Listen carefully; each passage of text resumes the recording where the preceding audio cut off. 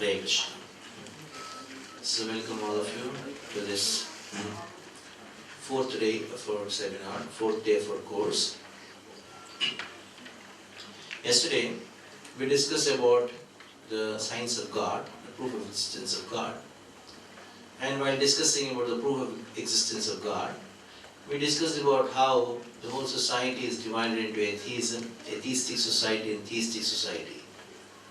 So the atheistic society and theistic society, though they call themselves atheists or theists, but neither of them have any proper idea about God. When discussed how God exists, by the science, by the same use of science, because the science has taken a lead role to prove that God doesn't exist.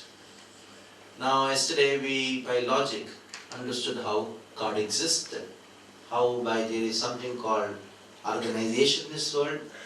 If there is an organization, there should be an organizer behind it. If there is a design in this world, there should be a designer behind it. And the world has been created, so there should be a creator behind it. While discussing all these things, we came to the conclusion that God is there and He is one. Though God is there and is one, why there are different religions, that also we discussed.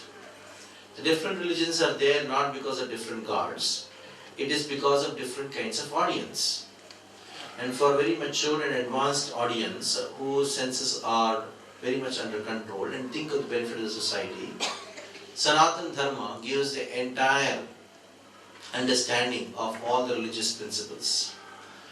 And then we discussed that how even though God is one, why we have to accept God in our life. The real reason for accepting God in our life should not be out of fear, should not be out of expectation, not just out of duty, but it should be out of love. Because this love is the only thing which we are all aspiring for. Right from birth we are just seeking out where I can get love, where I can get love. And the only person who can fill our hearts, which is longing for love, is God.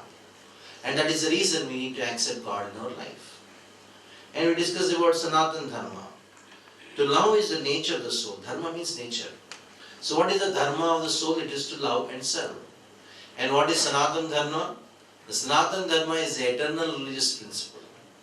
To eternally love the Supreme Lord, that is the nature of the soul.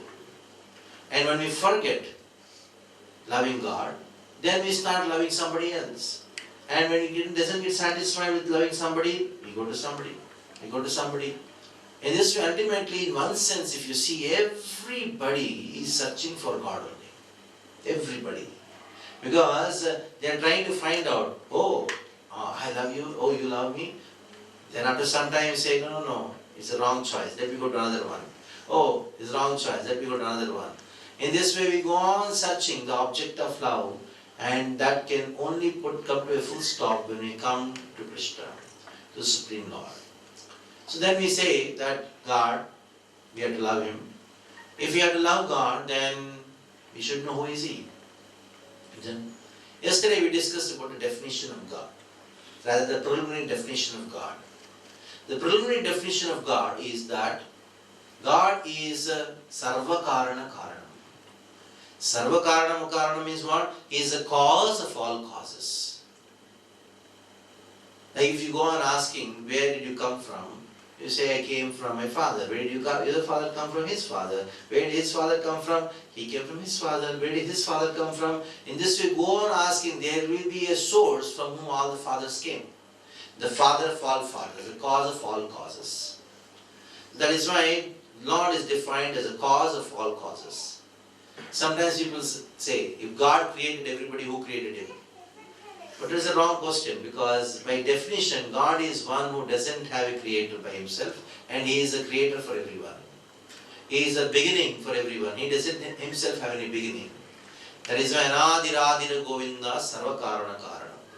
Lord Brahma describes the Brahma Samhita as Anadir Adir. He Himself doesn't have any beginning. Rather, He is the beginning for everyone. Anadir Govinda. Now, after defining God as one who is the source of everything, we discussed about how God is understood at three levels. Some people say God is everywhere. And some people say God is in everybody's heart. And some people say God is in the spiritual world. And yesterday we learned that how all the three things are true. How it can be true? We understood it by an example of sun. The sun is at one place, but it is making its presence felt everywhere in the form of sunshine. The sun is at one place and it is emitting a rays, sun rays. Sun rays are emitted throughout the world. So how is sun presence felt everywhere? In the form of sunshine. At the same time, the sun is reflected in every pot of water you keep under it. You go on an open ground and keep different pots of water, you find the sun is reflected in every pot of water. So in this way, sun is making its presence felt everywhere, all pervading feature that is known as sunshine, and the sun is there in every pot of water in the form of reflection. In the same way, God is everywhere in the form of Brahman. God is everywhere in everybody's heart as Paramatma. And the same God is there in the spiritual world as Bhagavan. So once we have this concept clear of Brahman, Paramatma, Bhagavan, the Brahman feature, the absolute truth, is in the spiritual world.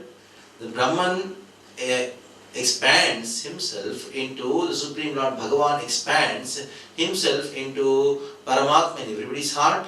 The same Bhagavan, he is spread everywhere in the form of Brahman. So if somebody says God is everywhere, he is addressing what feature? The absolute truth? Addressing the Brahman feature, the absolute truth.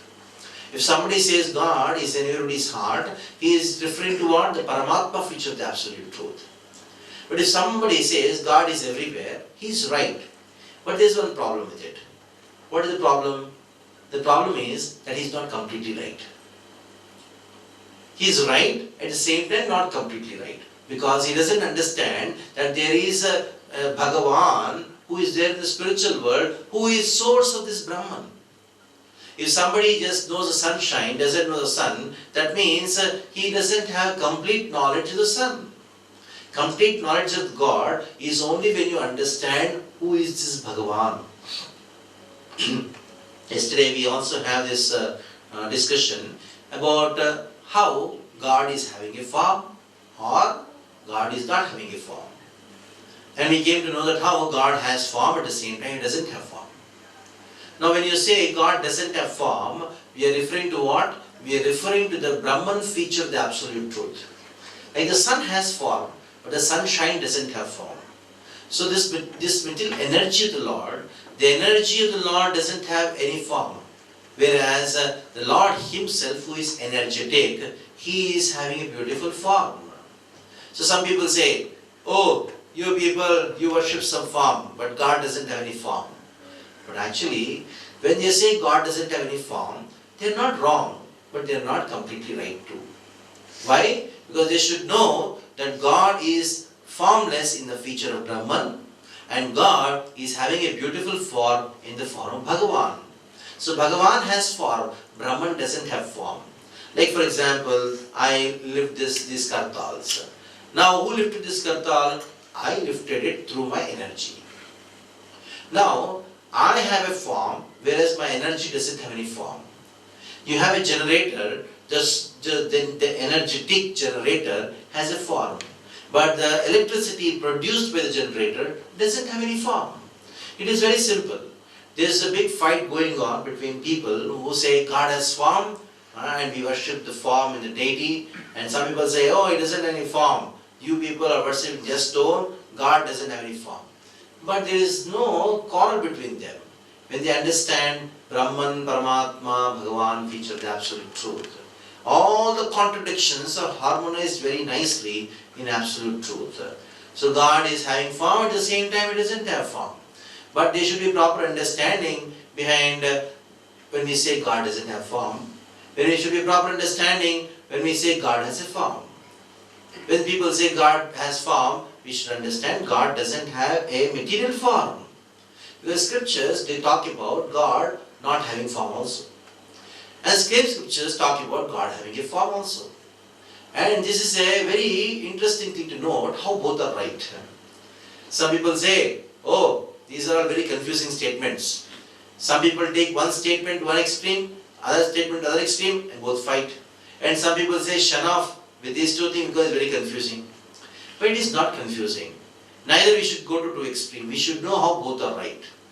When scriptures are saying God doesn't have form, it is referring to the Brahman feature of the absolute truth, the all-pervading feature of the absolute truth, that is energy. And when the scriptures talk about God having form, it is talking about what? Talking about the Bhagavan feature of the absolute truth, from whom the Brahman manifests, from whom the Paramatma manifests. Now some people even say, God is just some energy. No, God is not just some energy. God is energetic. So there is energetic and there is energy. The energy emanates from the energetic. So some people who have limited vision, they can only perceive God as some energy. There is nothing wrong with them. They are right, but they are not completely right. Complete understanding the absolute truth is when you come to the point of understanding who is this Bhagavan. What is the definition of Bhagavan? Brahman we know is all-pervading. Paramatma we know is in everybody's heart. They are the lower understandings of the absolute truth. But the highest understanding of the absolute truth is when you understand Bhagavan. Now let us understand this term Bhagavan. It is a very simple word. Bhagavan. Bhag means Bhagya. We said a Bhagyavan. And here is Bhagavan. One who has got all the Bhaga. Bhaga means opulences. Bhaga means qualities. So there are 6 qualities which are present in Bhagavan in full. What are the 6 qualities? Number 1. According to Parashara, he says, Aishwaryascha samagrascha siyascha yasascha. Aishwarya. Lord Bhagavan means he should be all rich. Nobody should be as rich as him, and nobody should be more richer than him. This is first. The second one, he should be beautiful. Nobody should be as beautiful as him, and there should be nobody more beautiful than him. This is Bhagavan's definition.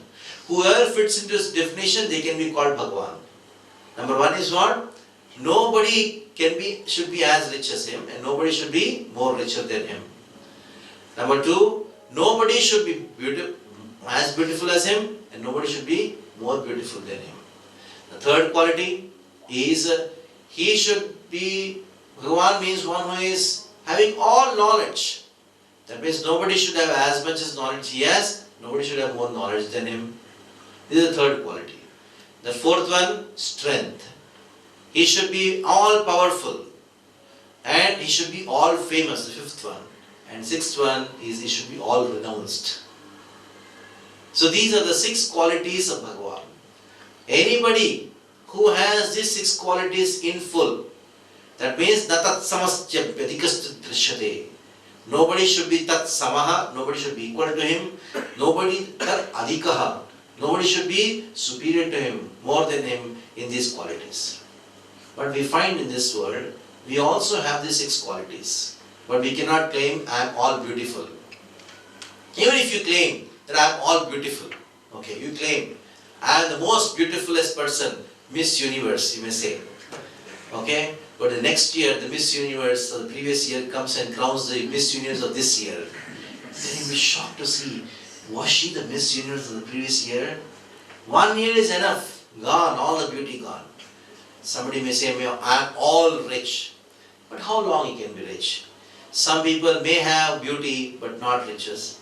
Some people may have riches but not knowledge. Some people may have knowledge but not fame.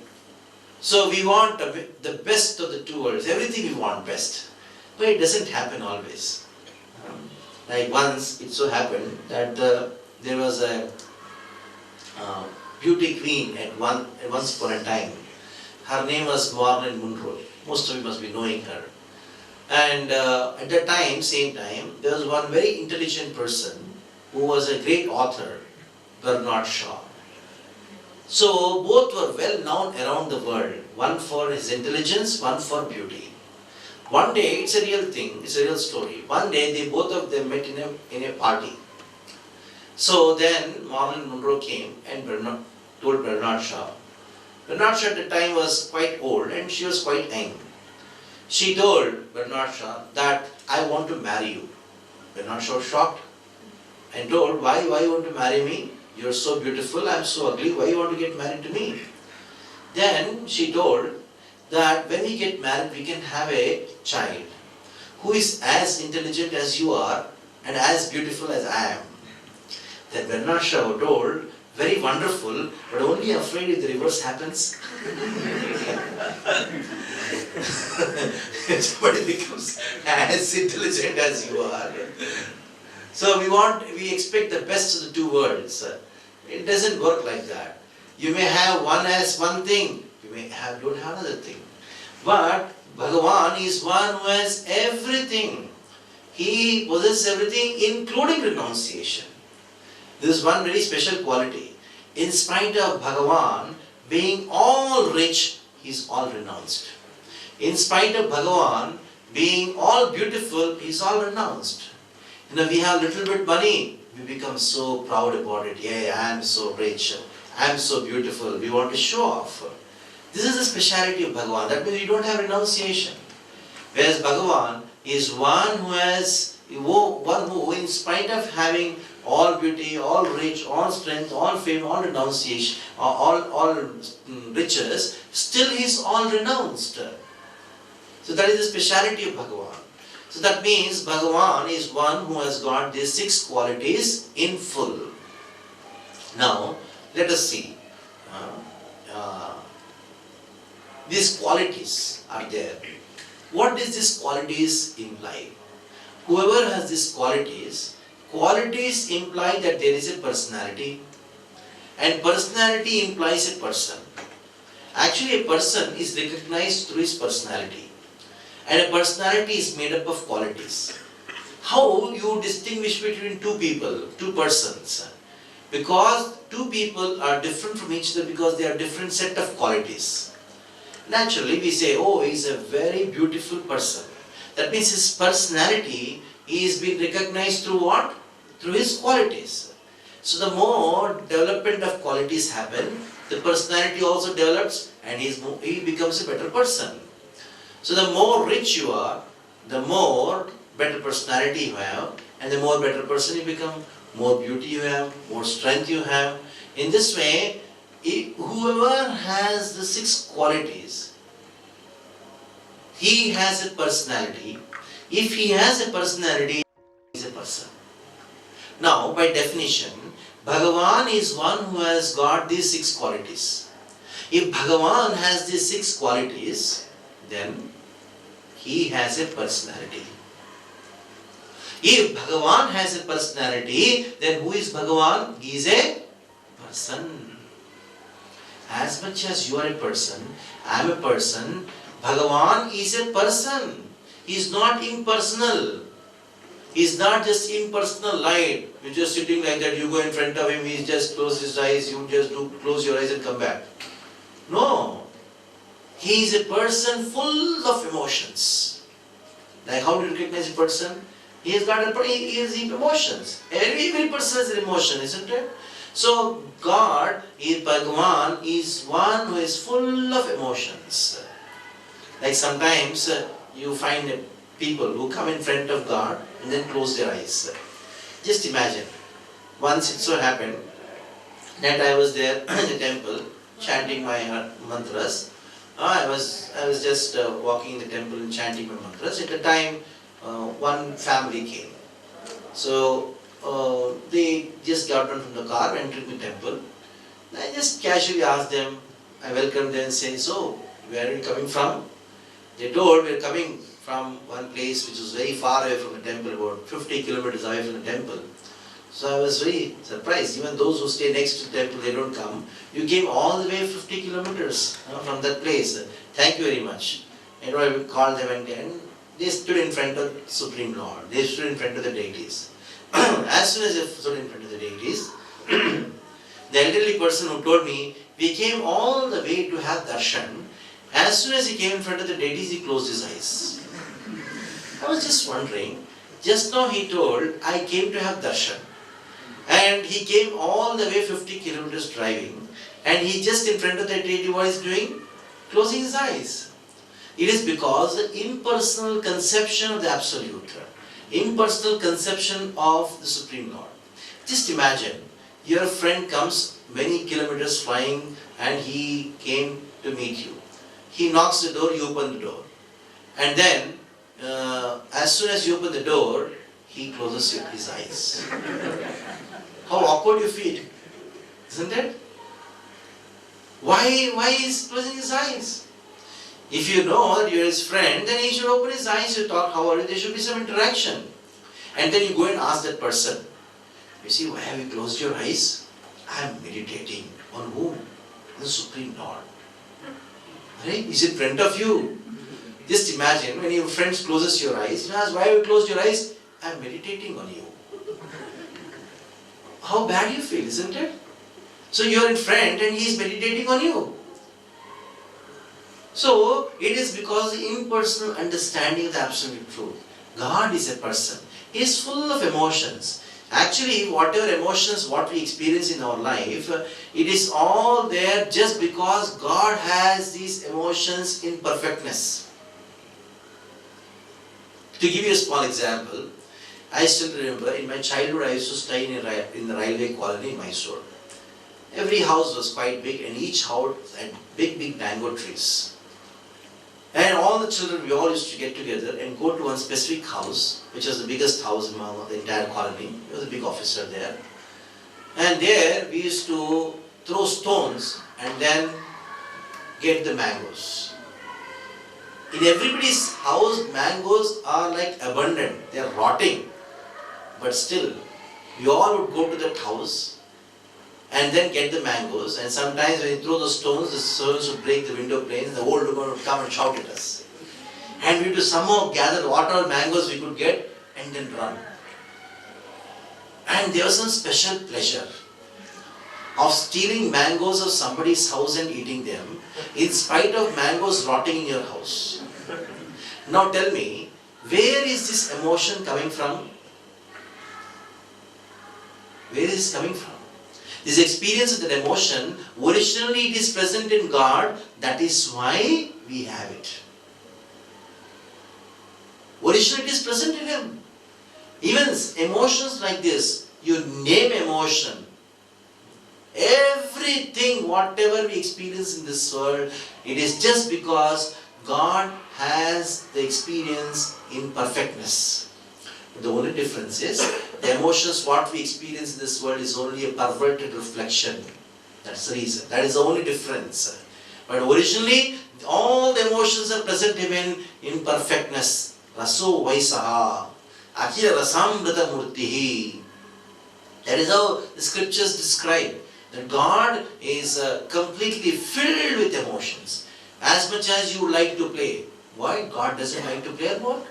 The very fact that we have a liking to play, it is because God has us. Bhagavan has a liking to play. Like we like to sing and dance, isn't it? Now why we like to sing and dance? Because the liking of singing and dancing was originally present in perfectness in Bhagavan.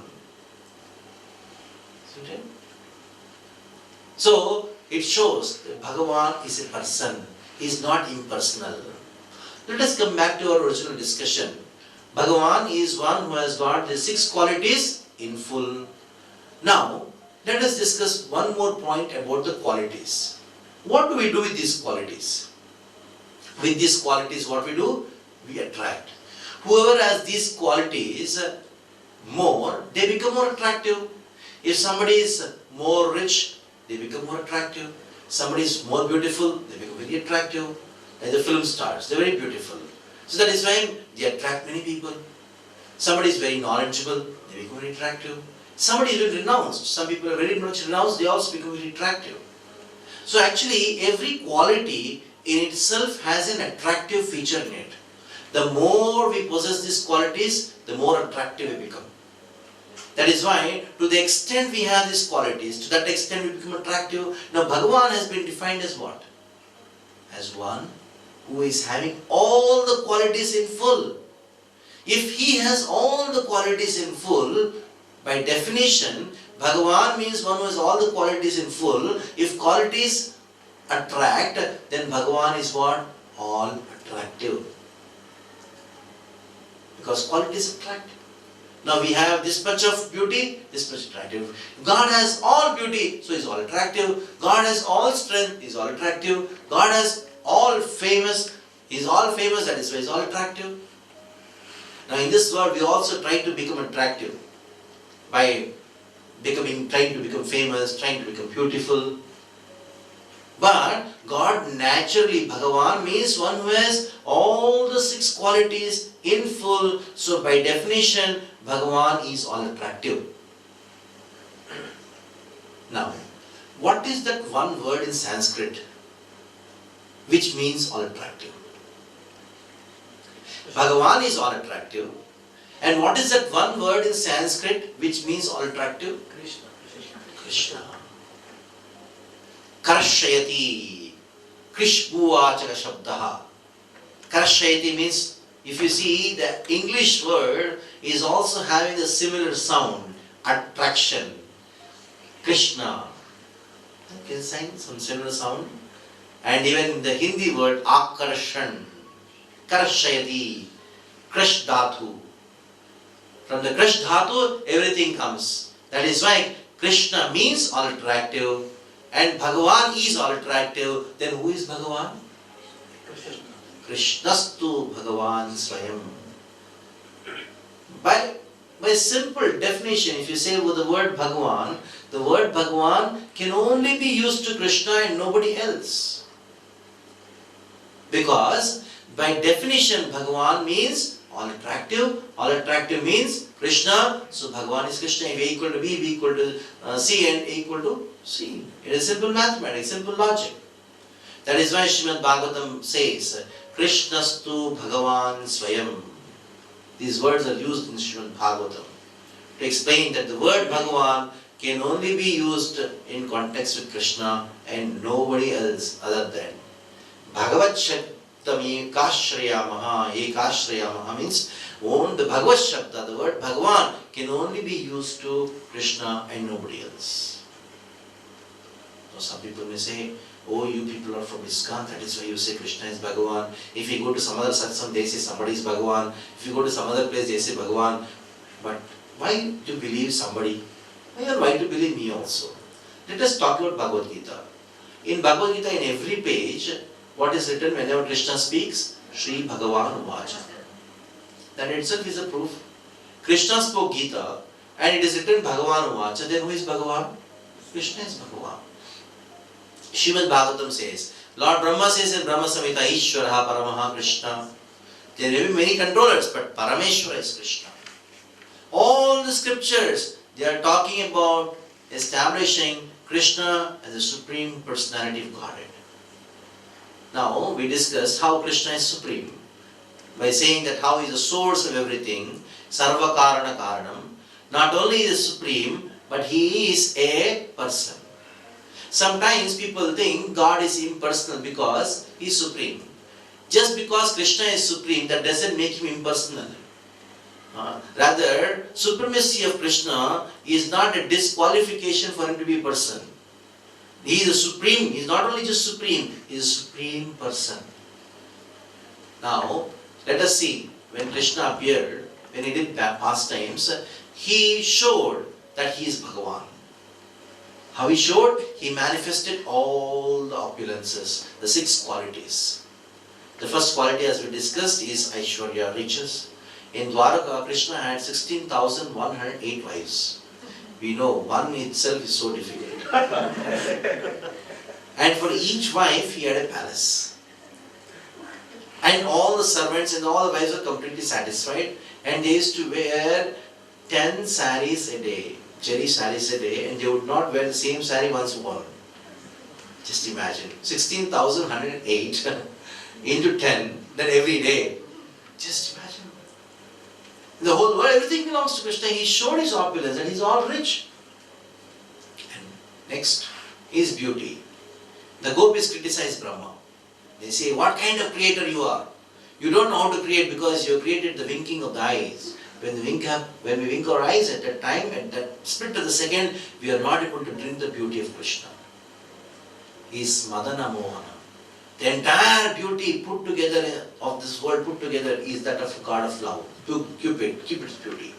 And Krishna is Madana Mohana. Even Cupid becomes attracted to Krishna. Kandarpa Koti Kamaniya Vishesha Shobham. Koti, millions and millions of Cupid put together, that beauty cannot be equal to the beauty of Krishna. And now what to speak of just beauty? Fame. Just see people, what all people do to become famous, isn't it?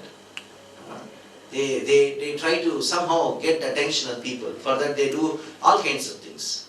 But Krishna is butter, that's all. Simple activity, childish activity, stealing butter. When did he do? 5,000 years back. Still we talk about it. It is not that, it's a big thing, great thing, and we are talking about it. Simple activity of stealing butter, he did 5,000 years back without advertisement, without publishing in the newspaper. People talk about it, isn't it? What to speak of devotees? You may say only devotees talk about it, only foolish people, sentimental devotees, you talk about it. But the point is the whole world talks about it. Either they talk about that Krishna did it or did not do, but our talk is about Krishna only, isn't it? The most famous person in the entire existence till date is God only.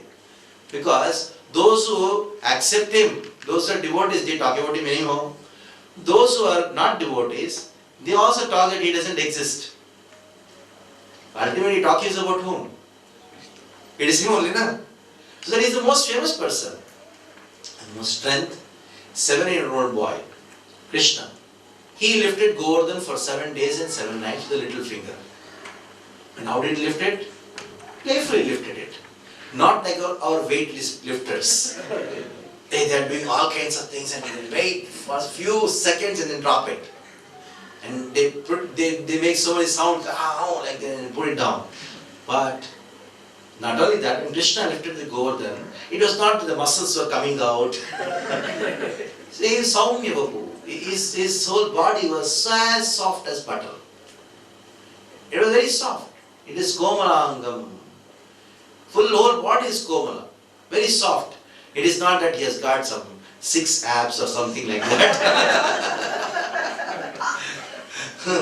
His body was very soft. That is strength actually. So, Krishna, he is his strength. And in spite of all these things, he is so renounced. When he appeared with Lord Ramachandra, just his father did not even order him. It was just if he doesn't go to forest, his father's word cannot be kept. That's all. He was just to be crowned the king of the entire world. Ayodhya was the capital of the entire world at the time. And he just walked into the forest. It is not that, 14 years, what I'm going to do. Anyhow, I could have been the king. Oh, my father, why did you go give your word to Kaikeyi? Not like crying and going. The same smiling face was there. The same smile was on the face of Ram. When he was walking to the forest, the same smiling face. No disturbance at all. We lose few hundred rupees on the way to the courts or way to the temple or somewhere. Oh, we always think about, I lost it. It's totally renounced. All knowledge. See, Krishna spoke Bhagavad Gita for 5,000 years back. Till now, there is not even a single book which is challenging it. So many books were printed.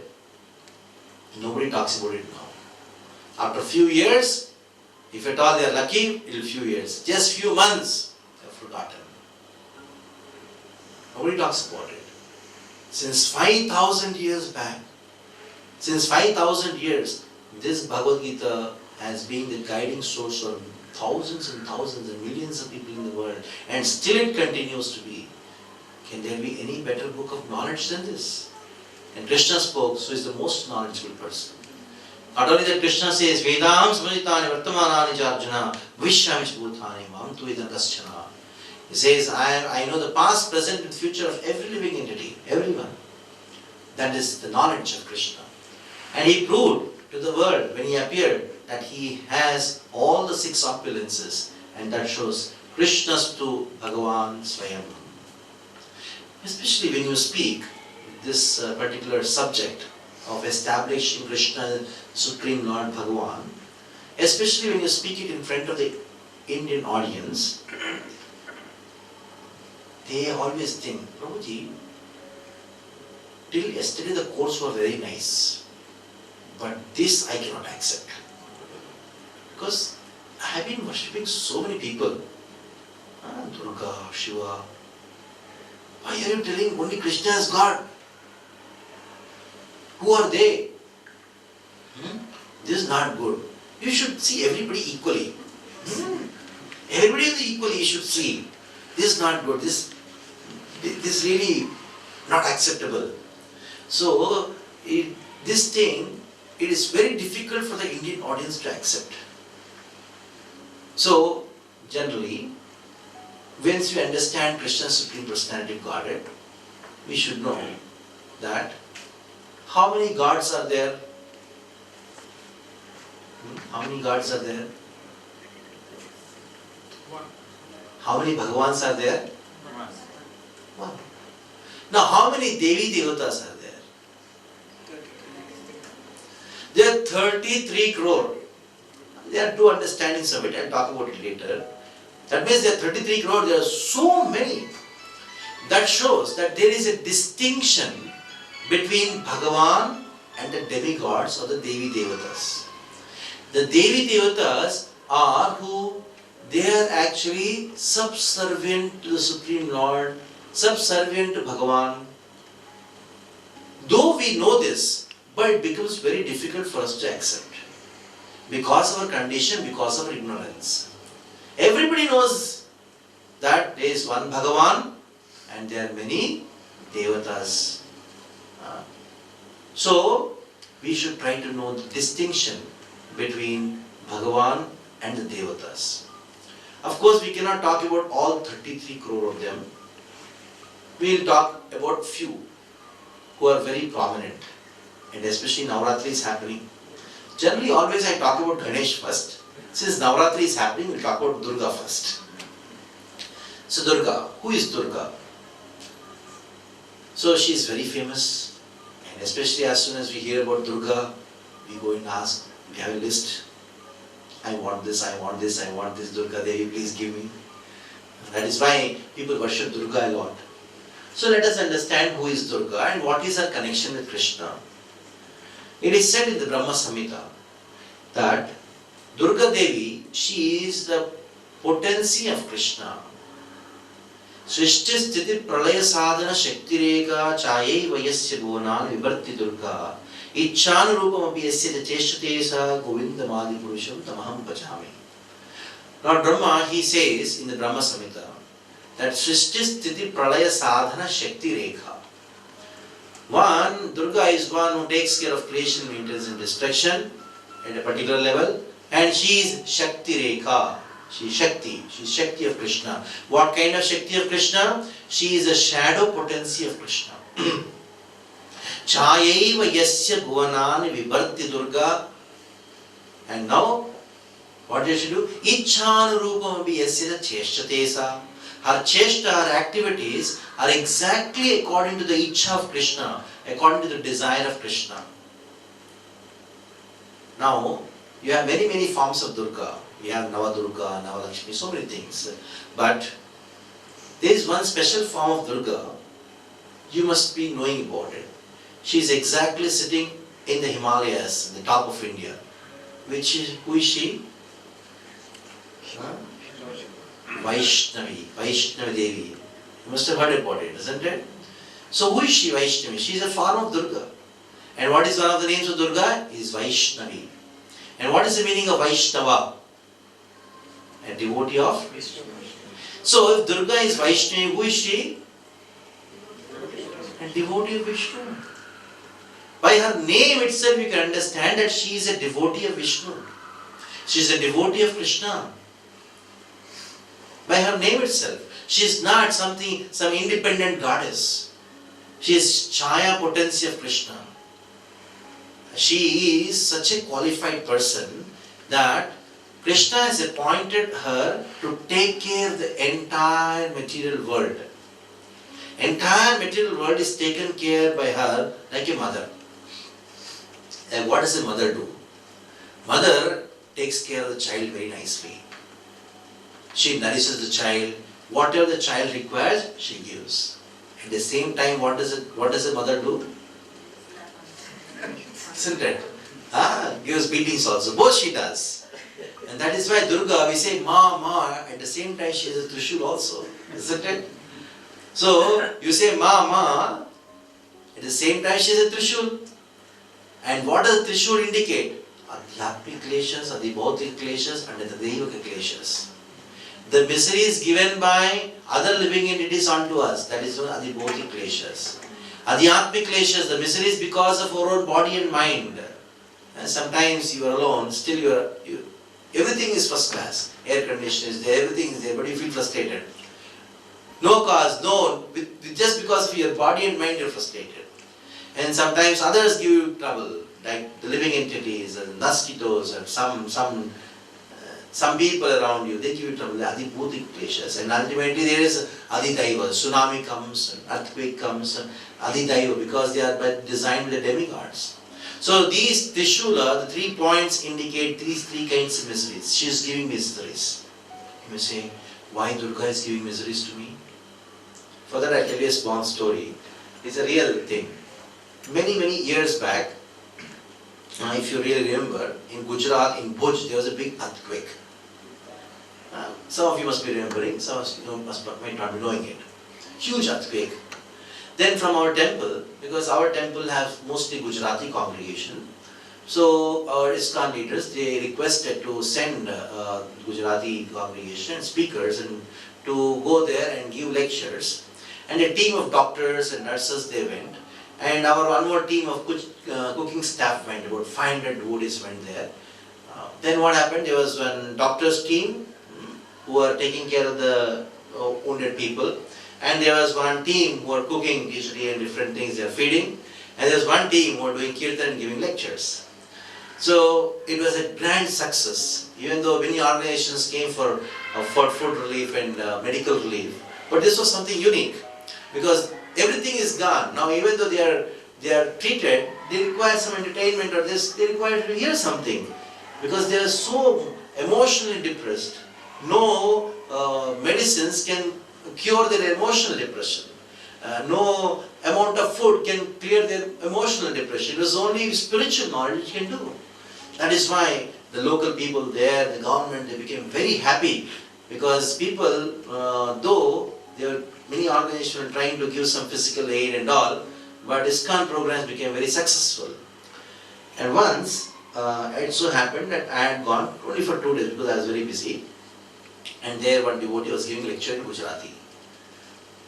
It was a village where the entire village was gone down, and there was only one temple of Durga there. And after the lecture, one old man asked a question. He told, in our village, everybody is a devotee. They don't start their work without going to the temple of Durga Devi. She is our mother. Then why she became so cruel today to us? There is no family there which had no debts. At least one person died in every family in that village. It was a very drastic situation there. Then I was sitting there in the class. When he asked the question, I'll tell you in Hindi because now it doesn't come properly in English. Then he asked, "माँ इतना मेरे हमारे ऊपर क्यों क्रोधित हो गई?" Then the speaker, he answered saying, "अगर पिताजी का बात नहीं मानोगे, माँ चाटा नहीं मारेगी?" If you don't hear to the father's words, do you think the mother will be silent? She will slap you. So that is why Durga, she has Trishul. When you don't listen to your father Krishna, when you don't read Bhagavad Gita, when you don't follow the instructions in Bhagavad Gita, once, twice, thrice the mother will be patiently taking care, okay. But what happens if you don't hear? Once she gets angry and gives a slap. And that is called tsunami. That is called earthquake. That is called all the miseries which we are experiencing. That is called these diseases. It is all what? The slap of Durga for not listening to Krishna. And that is how Durga, she is giving miseries to make us understand that this world is just like a prison. Try to get out of it. Let us go deeper into Durga. Somehow some Durga Avesh has come to me, I suppose. I am speaking long about Durga during Navratri. Now why Durga is called Durga? Durga is called Durga because Durga, Durgama. This world is called Durga. This material world is called Durga. Why it is called Durga? Durga means Dur plus Gama. Dur means very difficult. Gama means to run away from, get out of, or walk. So the place from which it is very difficult to get out of, that is known as Durga. A fort is called Durga. Why? Because once the fort gates are closed, it's very difficult to get out of it. A jail is also called Durga. Why? Because it is very difficult to get out of the jail. Durgama. Gamayati means to walk, to get out of. So, this material world is also called Durga or Durga because it is very difficult to get out of this material world to attain liberation. That is why Durga is called Durga, because she is in charge of the fort of this material world, the jail of this material world. She is in charge of Durga. That is why she is called Durga. Like a jail superintendent. What does the jail superintendent want? The jail superintendent, in spite of he or she taking care of all the people in the jail, the purpose is she wants, or the jail superintendent wants, that people should get out of the jail. They should behave nicely in the jail. Once they see you are nicely behaving, even though you are supposed to stay for 14 years, 3-4 years also, if you behave nicely, you are let out. But what we have made, we want to make this jail very comfortable. That is the problem. Just imagine, if somebody is in the jail and is thinking of how to stay nicely, comfortably in the jail, then Durga also becomes fed up. I'll tell a story regarding this. You know, there was one she's still there, she's retired, a very efficient police officer, Kiran Bedi, you know her very well. She always gets transferred because she is very efficient police officer.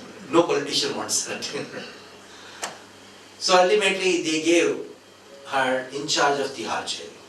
So Tihar jail is a very prominent jail in India. So now she became so efficient in charge, the superintendent of the jail, that she made system so nice that all the jailers were given proper breakfast, proper lunch, proper dinner. Sometimes one or two would not get, she would personally cook and give. And they used to go work in a particular way, and the health, hygiene, everything was taken care of very nicely. And after some time, some jailers were released. They went home, and after some time they came back and told that we want to come and join your jail again. Then she told, I cannot do that because until unless you have a court order. We don't know, you're like mother. Our house is more horrible than the jail.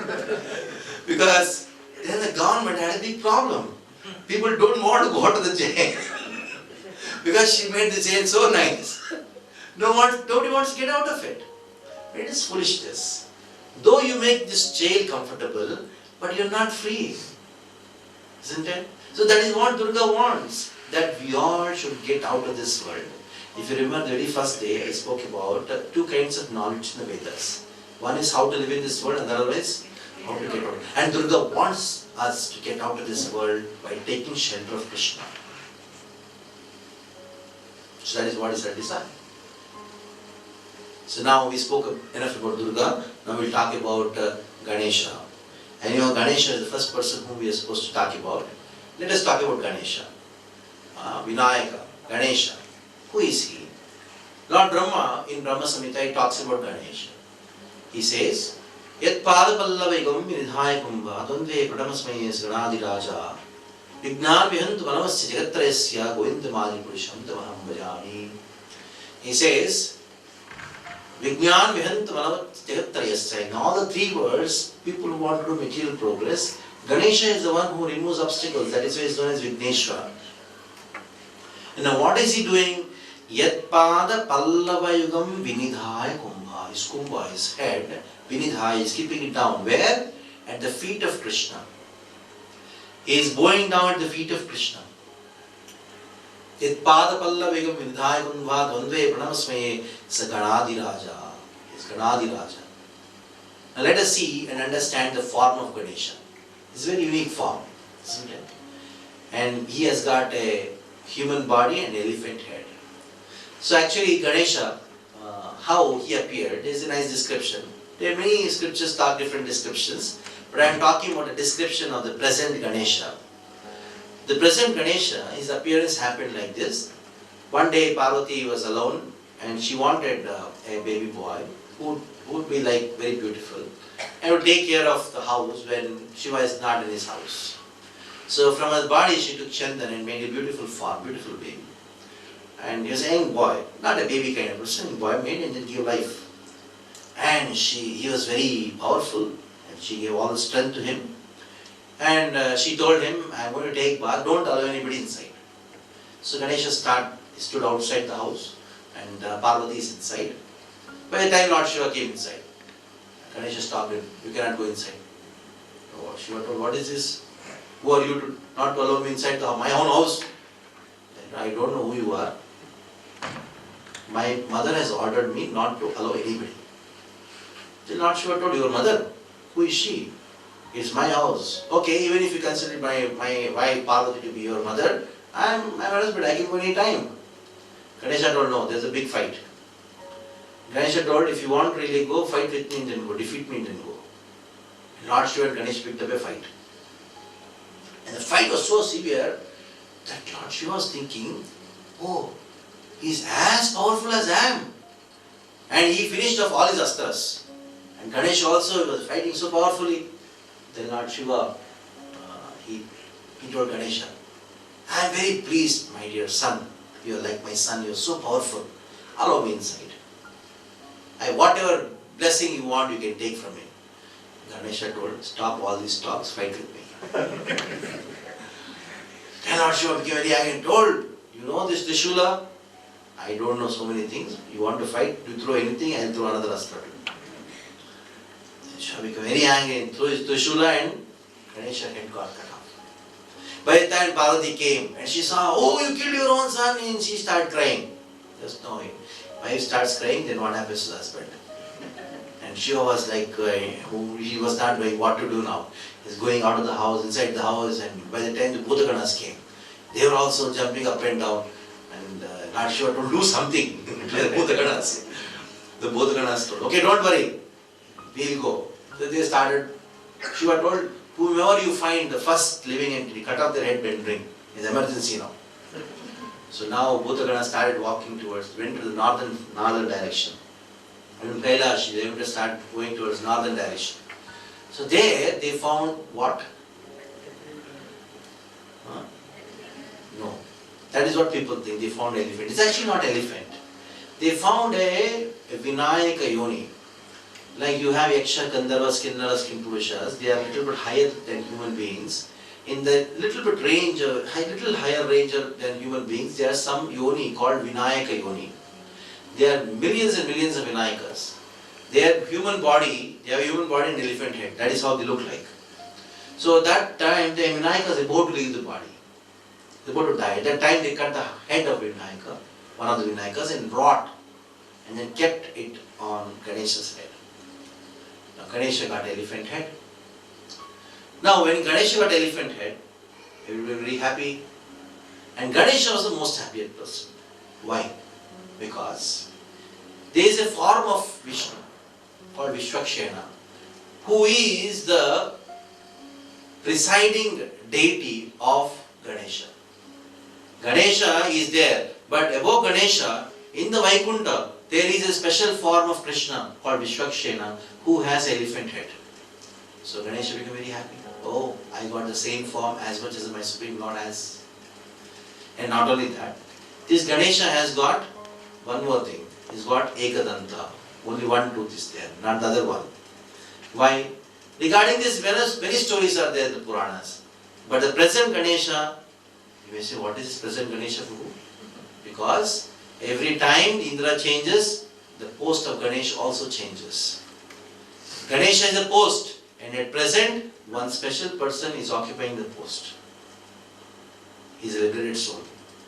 What happens is, sometimes some post in this world, in material world, there is no qualified person to occupy the post. Then what happens? Krishna has to send a liberated soul to occupy the post, or he himself had to occupy the post. The present Ganesha, this time, in this day of Brahma, what happened was, there was no qualified person to take care of the post of Ganesh. That is why Krishna had to send a liberated soul. That is why the present Ganesha has 4 hands, with Shankha, Chakra, Gada, Padma. He is a liberated soul. Like sometimes it so happens in our parliament, isn't it? I don't know whether you have the upper house and lower house in Sri Lanka or not. In India you have the upper house and lower house. There is Lok Sabha and there is Rajya Sabha.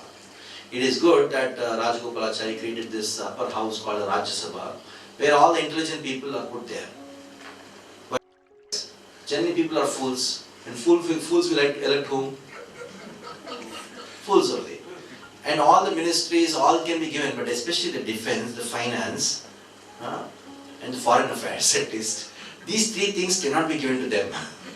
Whenever there is real, all fools are elected, then what happens? From Rajya Sabha on deputation they go. Isn't it? The same way in the material world, it so happened Ganesha, there was no proper Ganesha who could occupy the post of Ganesh. So Krishna sent a liberated soul. That's why Ganesha, Shankha, Chakra, Gada, Padma. I don't know, these days in Ganesh Chaturthi day, sometimes Ganesha holds a guitar. There's one Ganesha with a cricket bat too. And one Ganesha is there on Ananta Sesh. All kinds of things. It's beyond human imagination. Ganesha will be surprised, what is this happening? And they place him on exactly on top of a dirty gutter. Already water flows, and they put a stage and they put film songs.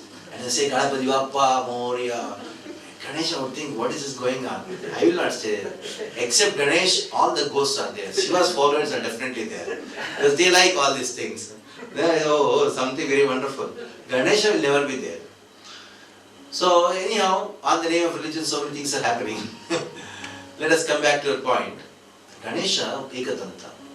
Once Vyasa, he wanted to write all the Vedic literatures. For that, what happened? All the demigods came and told Vyasa, we have a very humble, very intelligent boy who can do that. Then they sent Ganesha. Ganesha was very happy. Vyasa told that I am going to dictate, you have to transcribe, you have to just write it down. It was stenographed, the entire thing. Then Ganesha agreed. But Ganesha told Vyasa that I have a problem.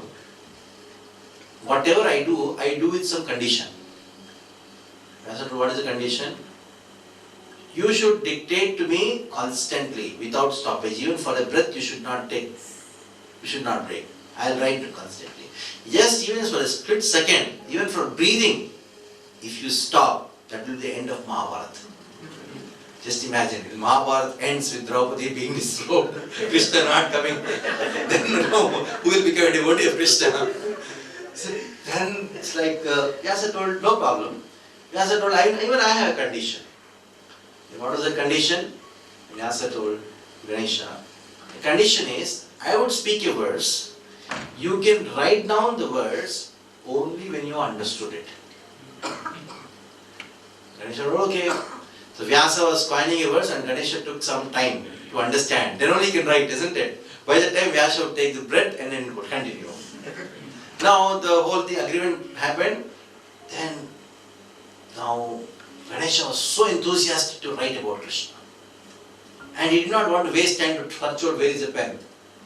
He just broke his tooth there. And he started writing. Bhojapatras are available there. If somebody has been to Badri, still you find some trees, Bhojapatra trees are there, where you can take the tree bark and you can start writing there. 1 or 2 trees are only left in Badri. If you go from Badri up, there is Managaon, there is Vyasa Gufa there. That is where this pastime happened. Now, coming back to this point of Ganesha, he was a person who wrote Mahabharata. Vyasa was dictating, and the condition was what? That Ganesha would understand and only write. And while dictating Mahabharata, Vyasa dictated what? Bhagavad Gita too. And while Vyasa was dictating Bhagavad Gita, Ganesha understood and wrote.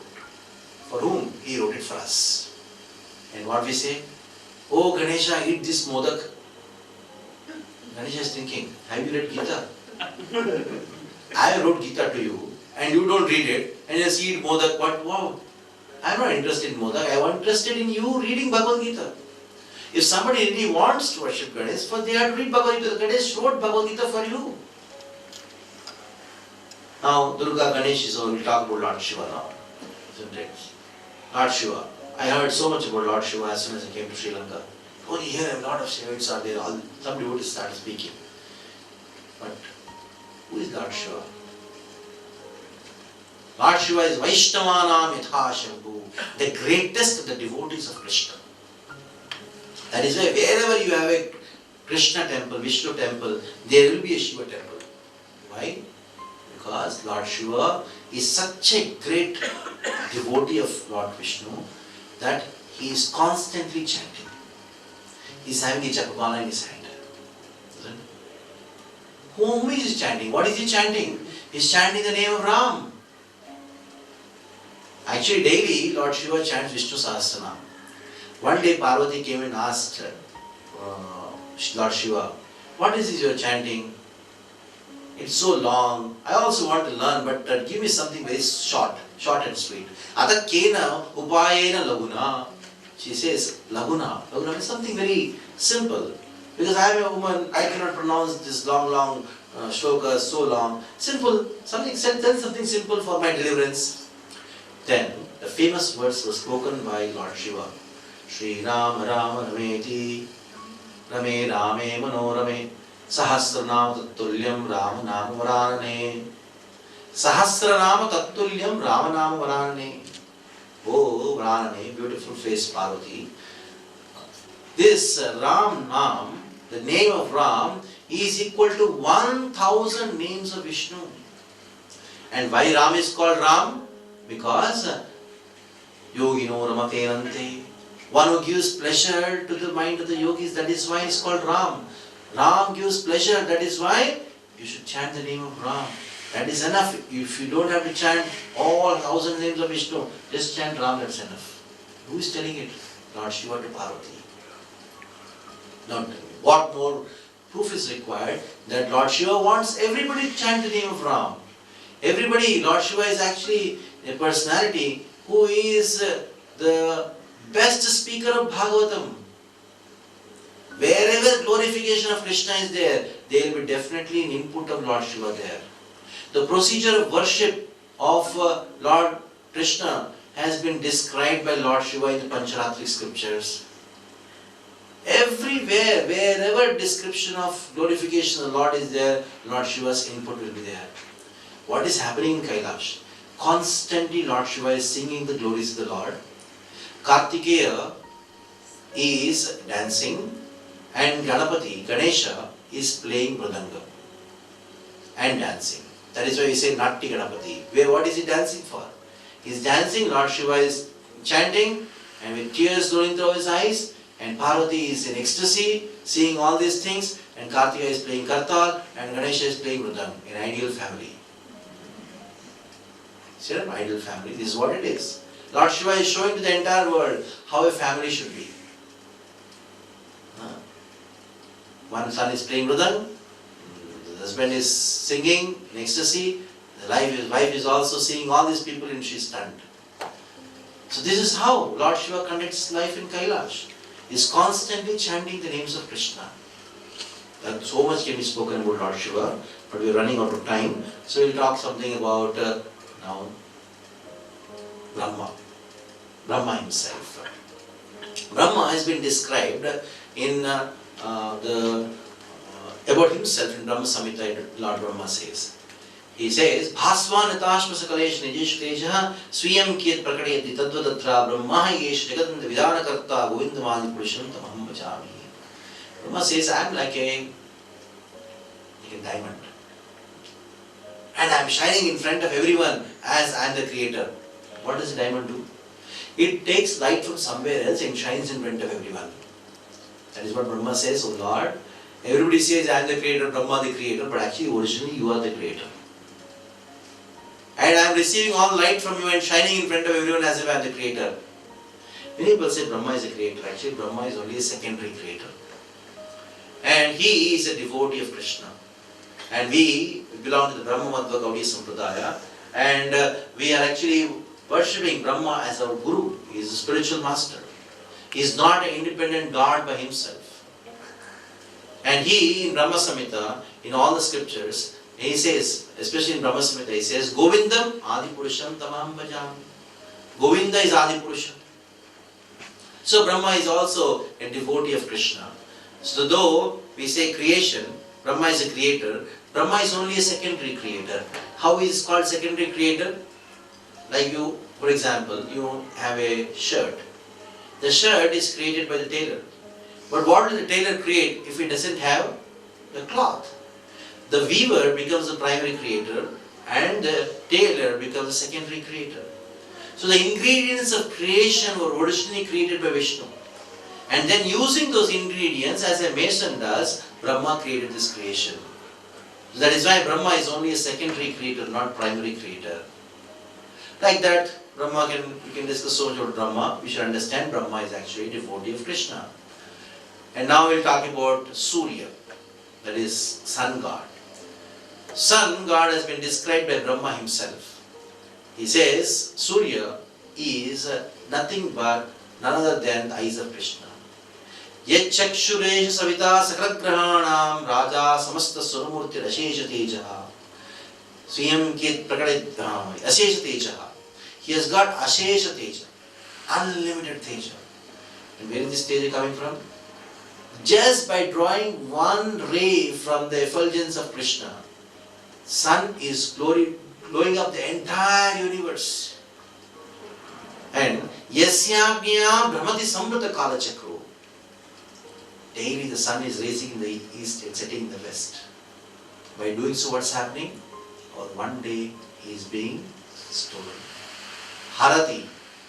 Ayur harati vaipumsam udhyannastam channaso tasyartye kshanonita uttama shloka vartaya. Every day sun rises and sets, and one day is gone. One day gone means one day near to death. The sun god is turning the wheel of time. Brahmati samvrata kala chakro. Kala chakra has been turned by sun god. So, by the instruction of Krishna, sun god is trying to find. Now Krishna, what is he doing? What did he do? What did he tell Arjuna? He told Arjuna that I spoke this Bhagavad Gita first to sun god.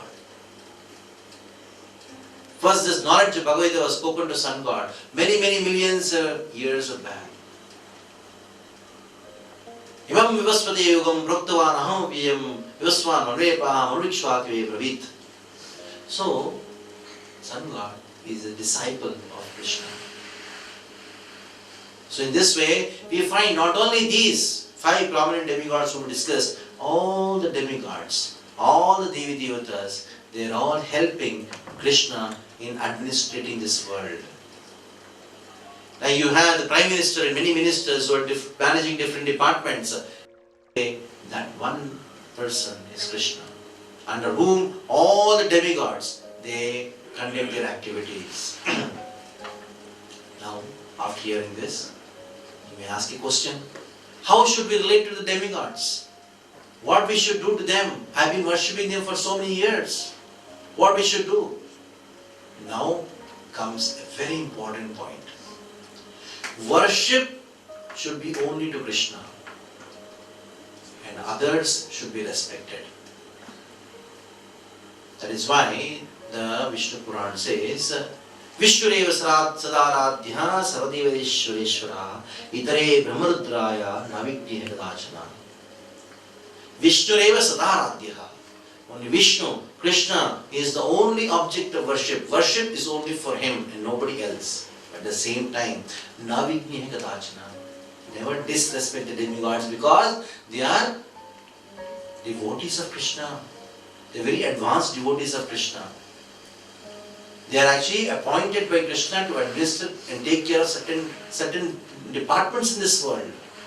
So, worship is for Krishna, respect is for everyone, all the demigods. So, if you have been worshipping so many demigods, now you can have Krishna as Supreme Personality of God, worship him, and all the demigods can take it like lower position and they will be also happy. Like for example, Ganesha will be happy when you worship Krishna and read Bhagavad Gita. Lord Shiva will be happy when you worship Krishna and chant the names of Krishna. And that is how you can make the demigods also happy. Some people think, oh, if you worship only Krishna, other demigods, all the devatas will feel bad. No, they will not feel bad, rather they will be very happy. Because they know very well why people come to them. You know why people go to them? Krishna says in Bhagavad Gita, all those people who have material desires, they go to demigods. Because they know, if I do this to him, they may get pleased and give. Like Lord Shiva is Ashutosh. Ashutosh means what? One who is pleased very easily. Lord Shiva is pleased very easily. That is why there is a long queue for Lord Shiva. One day comes, or some Shravan Mass comes, you will find thousands of people worshipping Lord Shiva and pleasing him. And especially you find Ravana, he is a great devotee of Lord Shiva. And Lord Shiva grants them boons like anything. Take, okay, go. Actually, when he grants boons to people when they come, very easily, why he does it? It is like this. Mother is cooking in the kitchen and a small little girl, she wants some money to buy some toffees, some ice cream. She goes and pulls this arithmetic. Mommy, I want some money. I said, no. But sometimes she gets fed up.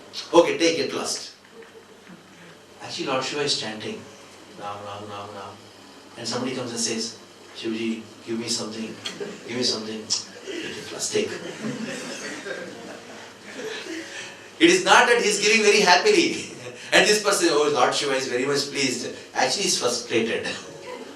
The demigod is actually frustrated with their devotees. They are not really happy. But what to do? There are certain laws which Vedic mantras, Vedas, they are created some laws. If they do something like that, they have to reciprocate like that. But actually even the demigods want that all people should worship Krishna.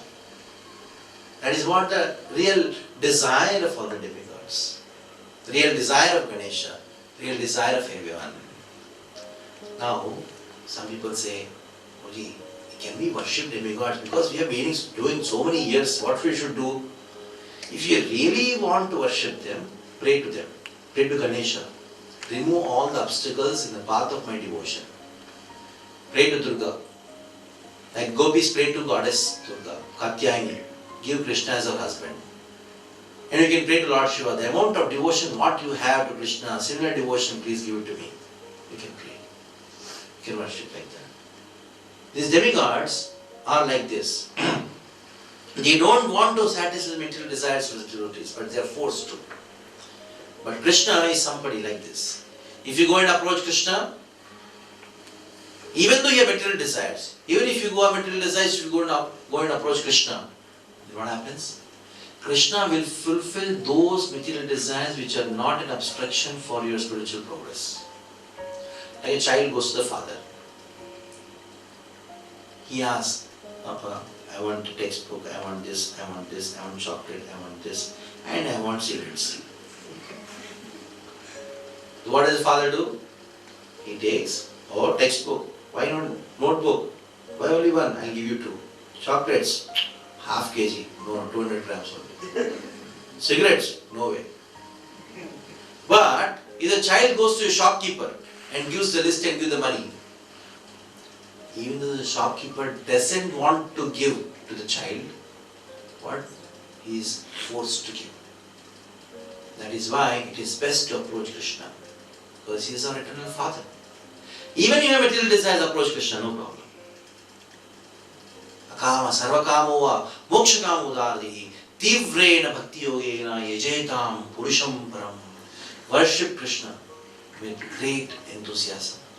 Tivrena. Even though you have material desires, you have no desires, you have all desires, you have mokshakama, desire for liberation, forget about all these things. Forget about who you are. You just worship Krishna. That is the instruction of all the scriptures. If you satisfy Krishna, everybody is satisfied. Yasmin tushte jagat tushte. If Krishna is satisfied, the entire world is satisfied. It's a very famous story. Actually, what happened is Durvasa. You know, Durvasa is very powerful stage. Not only very powerful, he gets angry very fast. And he came to Duryodhana. Duryodhana invited Durvasa, he fed him very nicely, gave him charity. Durvasa became very pleased and told Duryodhana, yes, what blessing you want? Duryodhana told, what more blessing can be there? A sage like you, a sadhu has come to our house with all the Brahmins. We are purified. And I want that my brother should also get the same blessing. They are all in the forest. You please take all your 10,000 disciples, go there. Durvasa told, oh, is it so? Let me go. So Duryodhana just see, even though he knew that they are in the forest, how can they feed all these 10,000? But he knew very well. Durvasa becomes angry, they are not able to feed properly. In anger, what happens? They curse. Now Durvasa went to all with 10,000 disciples. Then Yudhishthira Maharaj was there. Oh, welcome, come. Yudhishthira Maharaj told, please take bath, then please come. We will serve a nice feast for you. Yudhishthira Maharaj went and asked Draupadi, they have all come, go and get your Akshay Patra and get ready, make the feast ready. Then Draupadi told, I have already eaten and washed the Akshay Patra. Only next day only it will bake. Now you have given a word what to do. And at that time Krishna came. Oh, Draupadi, I am very hungry. Draupadi told, already we have a problem with 10,000 disciples of Durvasa and you say I am hungry. No, just see, something will be there. Somebody, I washed it. No, something will be there, just get it. So she went and saw there was a small leafy vegetable which was stuck to the vessel, Akshay Patra. Then she brought, this is what it is. Then Krishna told, okay, give that. And he put it in his mouth. And Krishna told, oh, I am satisfied, my stomach is full. Then what happened? Durvasa, including all the 10,000 disciples, they felt as if they had eaten up to their throat. Now they have taken bath, now if they go to Yudhishthira, they all felt how insulted it will be. They would have prepared a big feast and we go there, we are not able to eat anything. So this shows that how, and then they all run away. So this shows that how, by satisfying Krishna, everybody is satisfied. Yatataromana nisheshena tripyanti skanda bhujoga shakaha. The example given. Just by nourishing the root of the tree, all the branches and the trees and of the tree, the leaves of the tree, the fruits of the tree, they all get nourished. If you try to put, if I put water only at the root, others will get dried up. Let me put some water on the fruit, let me put some water on the leaf. No, it's foolishness. Like you are taking food into the stomach. By taking food to the stomach, the entire body is nourished. If you think, every day I am feeding the stomach only, what will the hands sting, what will the legs sting, and you try to put, some dal rice and try to apply it in the hand, and then it's foolishness. The procedure is put the food in the stomach. Naturally, all the parts of the body get nourished. In the same way, just satisfy Krishna. Just nourish Krishna, then all the demigods and everybody will be happy and nourished. You don't have to bother about what will that person think, what will this person think. Just satisfy Krishna. So this is where we end for today. And any questions, please to ask.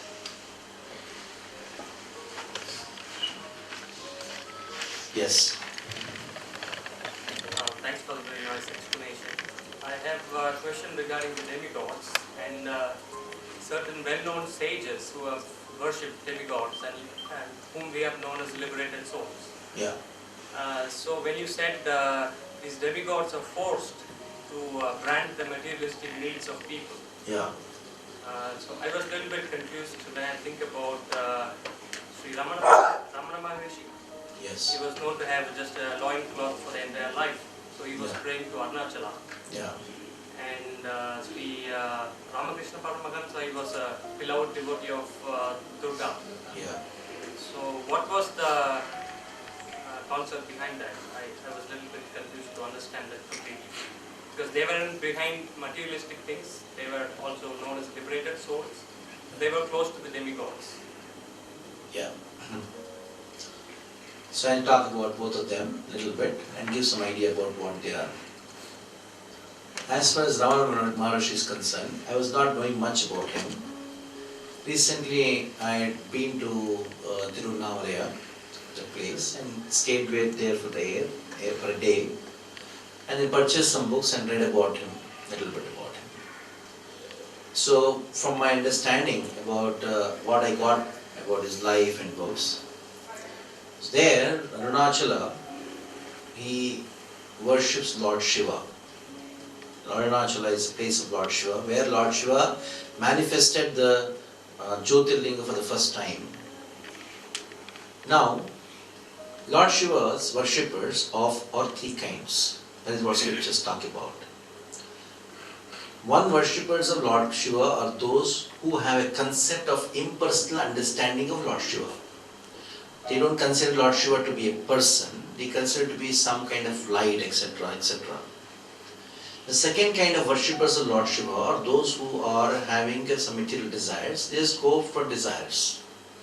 Third kind of worshippers of Lord Shiva are the devotees of Vishnu, of Krishna, who worship Lord Shiva as the greatest Vaishnava, because it is said in the scriptures, Krishna says in the Bhagavad Gita that, what is Bhagavad Gita? In Adi Puran, he tells to Arjuna, he says, Ime bhaktas jana partha name bhaktas tatye jana mad bhaktanam che bhaktas te bhaktas tvamataha.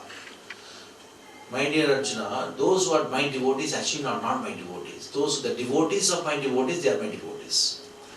So those who worship Lord Shiva, considering Lord Shiva to be a devotee of Krishna, consider Lord Shiva to be a Vaishnava, they are third category worship. That in that way you can worship Lord Shiva.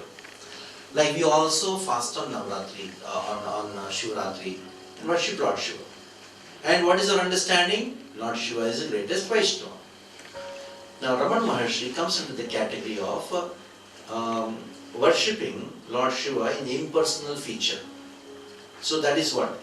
And he practices yoga for that particular purpose, and he has that level of understanding of Brahman, means the all-pervading feature, the absolute truth, which he considers to be Lord Shiva.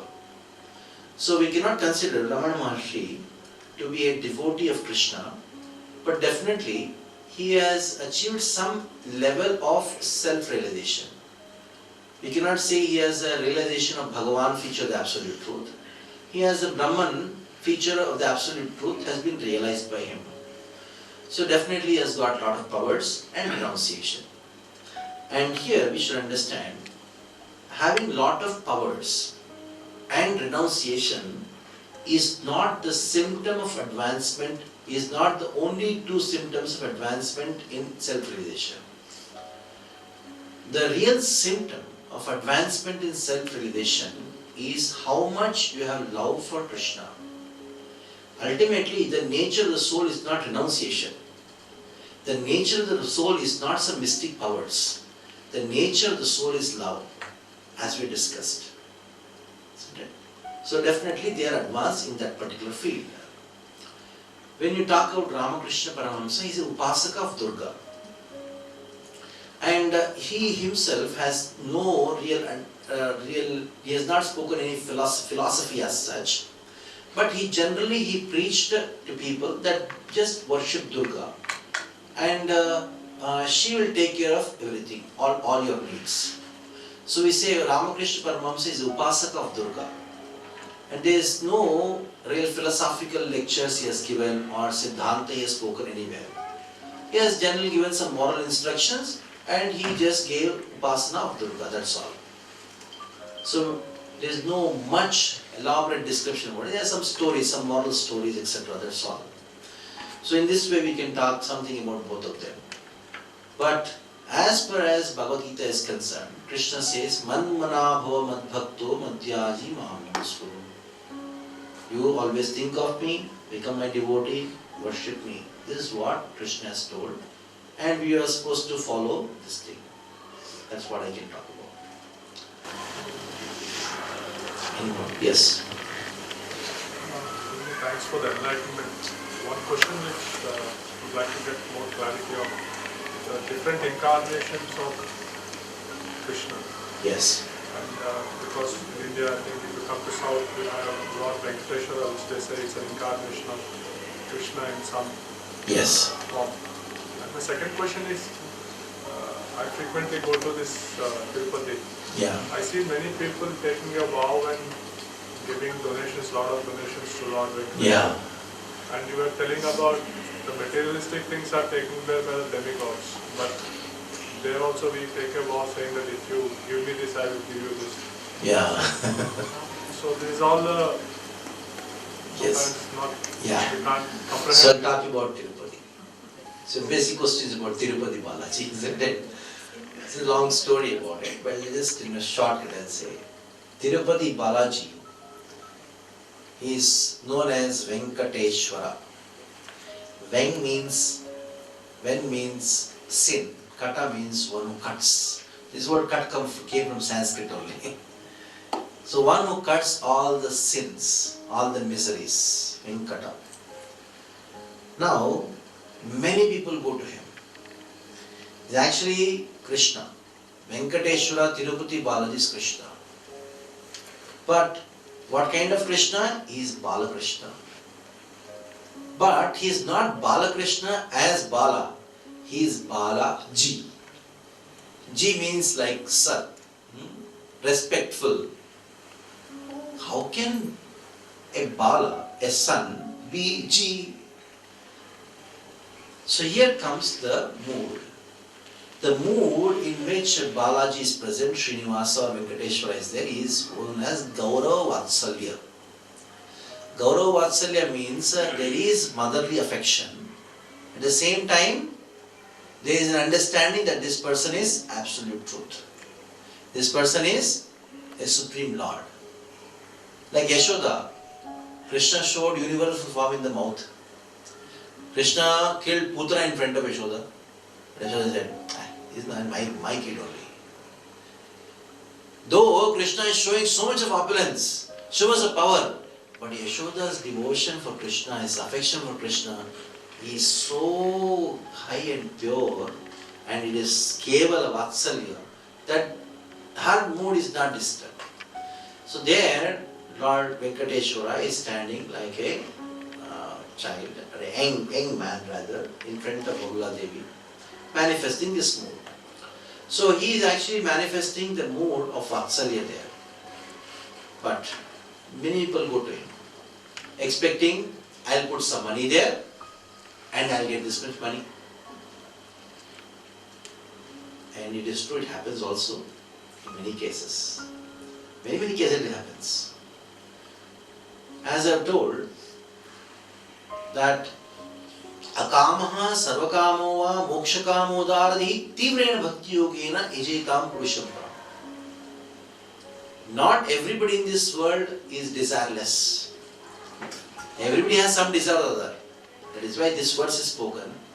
Whether you have desire or no desire, worship Krishna. So Venkateshwara is specifically standing for those people who have desire.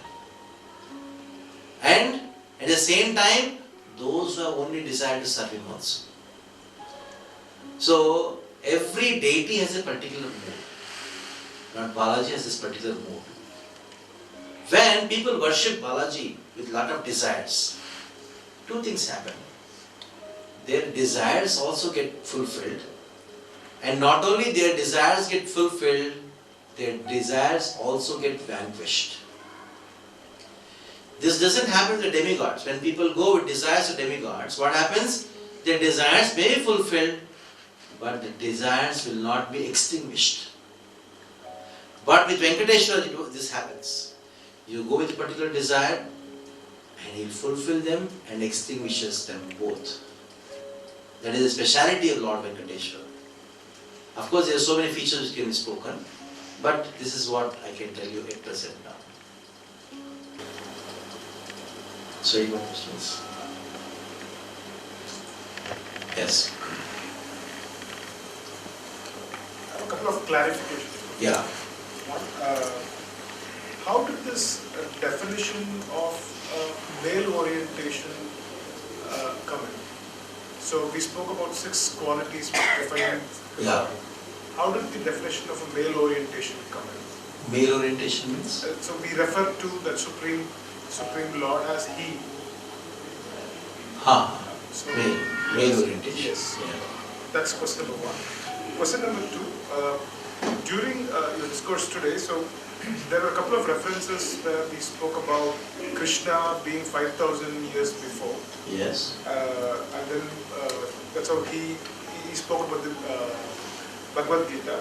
But on day 1 when we understood, Vyasa actually wrote the scriptures, and from there the condensed version which has been explained to us is the Bhagavad Gita. The chronology one. Yeah, so that is something that you had spoken about. Yeah. So I couldn't actually place it on the time frame. Okay, I'll do the chronology aspect. The third So what is aspect- I'll just come one by one. You can ask the third one also. I may lose it, right? Your first one is about the male aspect of it. See, when you think of male, generally we have an idea of some male and female in this world. But actually, whatever you see in this world, whether it is male or female, whether it is neuter gender like this, all are female. They're all Prakriti. We think I am a male because I have a mustache in a particular kind of form. A female may think I am a female. It is actually neither female, the soul is neither female nor male. It is all Prakriti. Prakriti means female or energy of God. And Krishna, he is the only male because he is only Purusha. There is Purusha and Prakriti. Purusha means energetic and Prakriti means energy. The whole world, material world, is energy of Krishna. Matter is energy of Krishna, and we as souls are also energy of Krishna. So we are all Prakriti, we are all female. There is only one Purusha, there is only one enjoyer. Purusha means enjoyer. So Krishna is the only enjoyer, and all are Prakriti. The problem is that we think I am Purusha, I am enjoyer. That is where all the problem starts. To think that I am male, oh, she is female. No, everybody is female. Everybody is Prakriti. Every object is Prakriti. There is only one Purusha, it is Krishna. So this is the understanding. That is why we say he, because he is the only Purusha. Now, for this, you give a small example.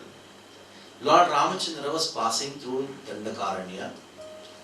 At the time, many sages were doing tapasya. When they saw Lord Ramachandra, they became so attracted to the beauty, they told, we want to marry you. What is this? Ramachandra is male, and they are rishis in a male body.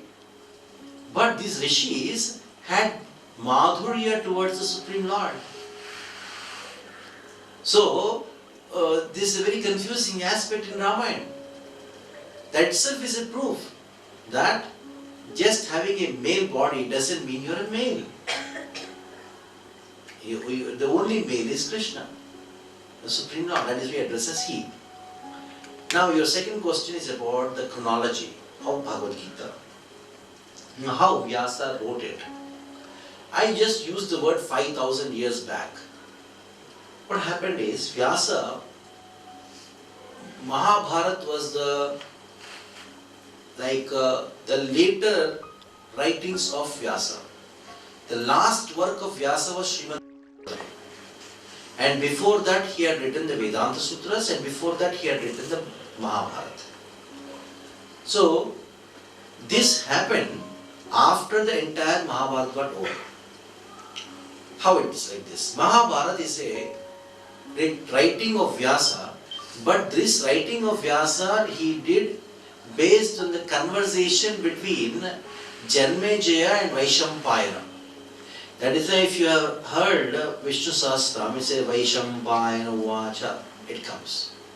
The entire Mahabharata, which was written by Vyasa, he wrote it as Vaishampayana had told to Janmejaya. Who is Janmejaya? Parikshit's grandson. Grandson? Son or son? Son. I think Parikshit's son. Son or grandson, whoever it may be.